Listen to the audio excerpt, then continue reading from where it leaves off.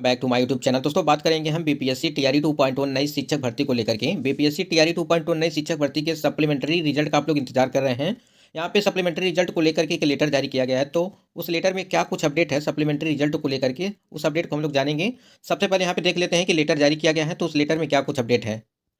एक यहाँ पे मैसेज था, यहाँ देखिए,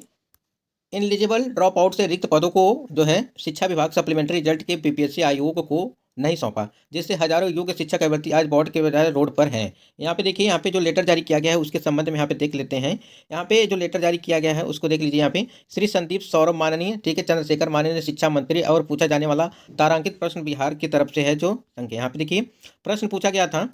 कि क्या, देखिए सबसे पहला प्रश्न पूछा गया है कि क्या यह सही है कि बिहार लोक सेवा आयोग द्वारा जो आयोजित शिक्षक भर्ती यानी कि बीपीएससी तैयारी 2023 के लिए घोषित परिणाम में एक ही अभ्यर्थियों का कई परिणाम पर रिजल्ट देना, पूर्व से नियोजित शिक्षकों को भी नए घोषित रिक्त पदों पर शामिल करना, और जो है न्यूनतम योग्यता प्राप्त अभ्यर्थियों को सीट रिक्त होने पर भी अंतिम परिणाम में शामिल नहीं करने जैसे कई जो है त्रुटियां सामने आई हैं, जिससे हजारों शिक्षक अभ्यर्थी निराश हैं। देखिए, ये चाहे आप बीपीएससी टीआरई 1 को ले लीजिए, ठीक है, चाहे बीपीएससी टीआरई 2.0 को ले लीजिए, ठीक है, ये दोनों कंडीशन जो है दोनों में अप्लाई होते हैं, यानी कि कंडीशन जो है दोनों में अप्लाई हो रहे हैं। ठीक है, तो यहाँ पे कहा क्या जा रहा है, वही कहा जा रहा है कि जो आपका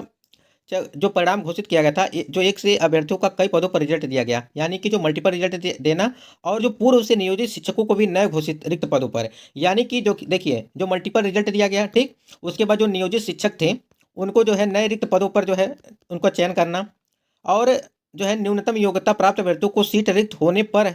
है भी अंतिम परिणाम में शामिल नहीं करने जैसे कई त्रुटियां सामने आई हैं। तो यहाँ देखिए, इसका जो जवाब यहाँ पे उत्तर आया था, ये तो प्रश्न पूछा गया था, इसका जो जवाब आया था कि इस संबंध में बिहार लोक सेवा आयोग द्वारा प्रतिवेदित किया गया है कि घोषित परीक्षा फल मेधा सूची पर आधारित है। किसी भी अभ्यर्थी द्वारा एक से अधिक वर्ग के लिए अध्यापक नियुक्ति हेतु शिक्षा फॉर्म भरने के पश्चात यदि उन्हें एक से अधिक वर्ग के मेधा सूची में स्थान प्राप्त किए गए हैं तो उनका परीक्षाफल एक से अधिक वर्ग के लिए प्रकाशित किया गया है, यानी कि मल्टीपल रिजल्ट की बात चल रही है। यानी अगर यदि आप 6 to 8 में और 9 to 10 में भी फॉर्म अप्लाई किए और 11वीं और 12वीं में भी आपने अप्लाई किया, तो तीनों जगह यदि आप फॉर्म अप्लाई किए, तीनों जगह पेपर दिए, अगर तीनों जगह रिजल्ट आता है तो आपका रिजल्ट जो है वो जारी किया जाएगा। यहाँ पे उत्तर में यही जो है यहाँ पे जवाब दिया गया। ठीक है, उसके बाद देखिए, यहाँ पे देखिए कि विज्ञापन के अनुसार नियोजित शिक्षक जो शिक्षक भर्ती की आवश्यक शर्तों को पूरा करते हैं वैसे अभ्यर्थी भी फॉर्म भरने के लिए योग्य थे, यानी कि जो मतलब कि जो एलिजिबल थे फॉर्म अप्लाई करने के लिए शिक्षक भर्ती के लिए, वैसे भी अभ्यर्थी जो फॉर्म भरने के लिए योग्य थे। यानी कहने का मतलब है कि यहाँ पे जो बताया गया कि विज्ञापन के अनुसार जो भी नियोजित शिक्षक थे, जो शिक्षक भर्ती की आवश्यक शर्तों को पूरा करते हैं, जो भी क्राइटेरिया रखा गया था आपका भर्ती को लेकर के कि फॉर्म अप्लाई होगा, अगर मतलब कि उनके पास जो है एलिजिबिलिटी है तो वो फॉर्म अप्लाई कर सकते हैं नियोजित शिक्षक, उसके अनुसार आगे बात। उसके बाद देखिए, यहाँ पे लिखा गया है कि नियोजित के लिए तो हम लोग बात कर लिए कि जो मतलब एलिजिबिलिटी जो रखते थे वो फॉर्म अप्लाई किए थे। कार्मिक एवं प्रशासनिक सुधार विभाग बिहार के संकल्प ज्ञापांक संख्या जो है 2374 और दिनांक 16/7/2007 एवं पत्रांक संख्या जो है 6706 दिनांक 1/10/2008 के आलोक में निर्धारित न्यूनतम कट ऑफ का ध्यान रखकर परीक्षाफल जो है वो प्रकाशित किया गया है। यानी कि जो आपका रिजल्ट दिया गया और कट ऑफ को लेकर के कट ऑफ भी दिया गया, उसमें जो वही बातें कही जा रही हैं कि उसको जो है कि 1/10/2008 के आलोक में निर्धारित न्यूनतम कट ऑफ का ध्यान रखकर परीक्षाफल जो है वो प्रकाशित किया गया था। तो यानी कि वो अपनी तरफ से जो है जवाब दे दिए हैं यहाँ। उसके बाद यहाँ देखिए, दूसरा जो प्रश्न पूछा गया था कि यदि उपर्युक्त खंड का उत्तर स्वीकारात्मक है तो क्या सरकार उक्त परिणाम की त्रुटियों को दूर करने तथा न्यूनतम योग्यता प्राप्त अभ्यर्थियों से शेष रिक्त पदों के लिए सेकेंड लिस्ट जारी करने का विचार रखती है, नहीं तो क्या, मतलब कि उसके बाद यहाँ देखिए जवाब में क्या आया, जवाब में लिखा गया कि विभाग द्वारा अनहरित अनएलिजिबल अभ्यर्थियों एवं एक से अधिक पदों पर अनुशंसित अभ्यर्थियों से उत्पन्न होने वाली रिक्तियों पर आयोग द्वारा अनुशंसा भेजने की सहमति संसूचित की गई है। यानी कि जो भी अभ्यर्थी हैं अनुशंसित अभ्यर्थी हैं, मतलब कि जो भी अधिक यानी कि अभ्यर्थियों में एक से अधिक पदों पर अनुशंसित अभ्यर्थियों से उत्पन्न होने वाली जो रिक्तियों पर आयोग द्वारा अनुशंसा भेजने की अनुसहमति जो है संसूचित की गई है। यानी कि जो भी अभ्यर्थी ऐसे हैं जो अनुशंसित हैं, उनकी जो है रिक्तियों के बारे में जो है वह सहमति संसूचित की गई है, यानी कि सहमति बनाई गई है कि इनके जगह पे जो है नए लोगों को जो है चयन किया जाएगा। यहाँ पे ट्विटर हैंडल के माध्यम से एक यहाँ पे पोस्ट देखने को मिला कि बिहार शिक्षक भर्ती में डोमिसाइल क्यों हटाया गया, इसका जवाब दीजिए, जबकि आप सदन से लेकर चुनावी रैली में प्रमुखता से इसे लागू शामिल किए थे। यानी कि 24,000 के जो बाहरी लोगों को नौकरी दिए हैं उससे वोट लेने जाएंगे, आगे चुनाव में परिणाम भुगतने के लिए जो है तैयार रहिएगा, बाहर वाला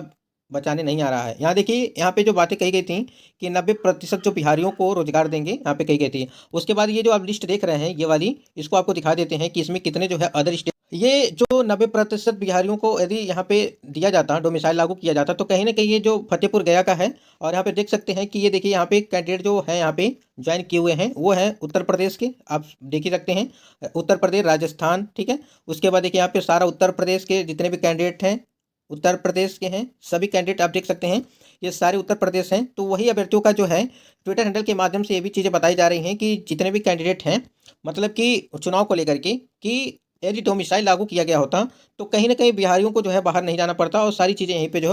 है बिहार में ही सारी चीज़ें, इनको जो जो भी वैकेंसी आई थी TRE 1 TRE 2.0 में सारा सिलेक्शन उनका हो जाता। तो जाहिर सी बात है, अगर ये चीज़ें लागू की गई होती तो कहीं ना कहीं यहाँ पे जितने भी बिहार के कैंडिडेट हैं उनका कम नंबर होते हुए भी हो जाता सिलेक्शन। यहाँ पे आप देख सकते हैं कि किसी एक जिले का, मतलब कि किसी एक जिला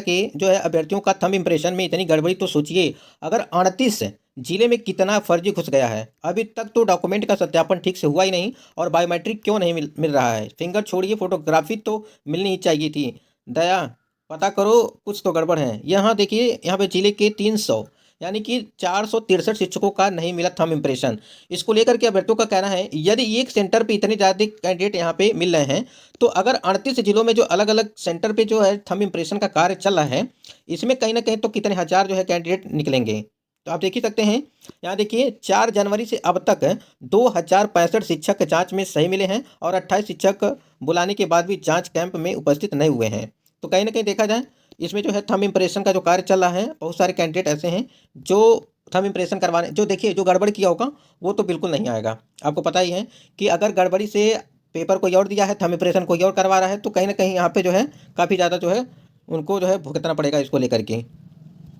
उसके बाद आप देख सकते हैं कि 399 शिक्षकों का अभी थंब इम्प्रेशन की प्रक्रिया पूरी नहीं होगी। यानी कि अभी देखिए, थंब इम्प्रेशन नहीं मिलने वाले शिक्षकों को मिलेगा दूसरा मौका, ठीक है। यहाँ देखिए दूसरा जो है मौका है, दूसरी बार जो है मौका दिया जा रहा है, ठीक है। अब देखिए बात यहाँ पे ये है कि जितने भी कैंडिडेट मतलब कि फर्जी मिल रहे हैं, अगर उन सीटों को भी ऐड किया जाए, यानी कि सप्लीमेंट्री TRE 2.0 हुआ, या जो आप लोगों ने देखा होगा कि धरना प्रदर्शन भी चल रहा है TRE 1 को लेकर के, तो जो भी चीज़ें हैं, मतलब कि जो सीटें बच रही हैं, अगर उस पर रिजल्ट दिया जाता है सारे पे, तो कहीं ना कहीं जो 1-2 नंबर से अभ्यर्थी बचे हुए हैं जिनका कट ऑफ पर है या कट ऑफ के बराबर है या कट ऑफ से ऊपर है, अभी तक तो देखिए कट ऑफ से ऊपर वालों का भी सिलेक्शन नहीं हो पाया है। जिनका डेट ऑफ बर्थ से बाहर हुए हैं वो तो अलग बात की है, लेकिन बहुत सारे देखिए, ये सारे जो शिक्षक अभी जो पकड़े जा रहे हैं, मतलब जिनका थंब मिलान नहीं हो पा रहा है सही से, उनको एक और मौका दिया जा रहा है, और यदि उसमें नहीं मिलता है तो कहीं ना कहीं उनको जो है बाहर किया जाएगा। तो वही जो लेटर हमने दिखाया कि तमाम तरह के कई प्रश्न पूछे गए थे, उस प्रश्नों के जवाब भी आपको दिया गया, ठीक है। और जो महिलाओं के आरक्षण की बात करें, आप लोगों ने को पता होगा, यदि नहीं पता होगा बताते रहें कि टीजीटी जो पीजीटी की बात करें, टीजीटी और पीजीटी की बात करें, तो पीजीटी और टीजीटी में जो है 35% का, ठीक है। और जो प्राइमरी और अपर प्राइमरी के लिए आपका जो है 50% का जो है आरक्षण, इसमें जो है 36 आरक्षण का नियम जो है लागू हुआ था। अगर इस प्रकार से जो है नियमों को फॉलो किया जाए और यदि डोमिसाइल लागू किया जाए, तो कहीं ना कहीं बिहार के जो जितने भी कैंडिडेट हैं वहाँ पे उनको हर एक कैटेगरी में जो है, चाहे SC ST, ठीक है, ABC, इस सारे में जो है सभी कैटेगरी में उनको जो है आरक्षण का लाभ मिलता है। लेकिन देखिए क्या कुछ होता है और कितने नंबर कम होगा सप्लीमेंट्री रिजल्ट में, तो देखिए सारा डिपेंड करेगा आपके सीटों पर। अभी तक तो सीटों की जो बात कही गई वो 14,762 पे ही बात कही गई। उसके बाद देखिए इसमें ऐड क्या करते हैं क्या नहीं करते हैं, बाकी जो अपडेट होगी हम आपको बताते रहेंगे। चैनल से जुड़े रहिएगा और वीडियो को लाइक शेयर जरूर कर दीजिएगा।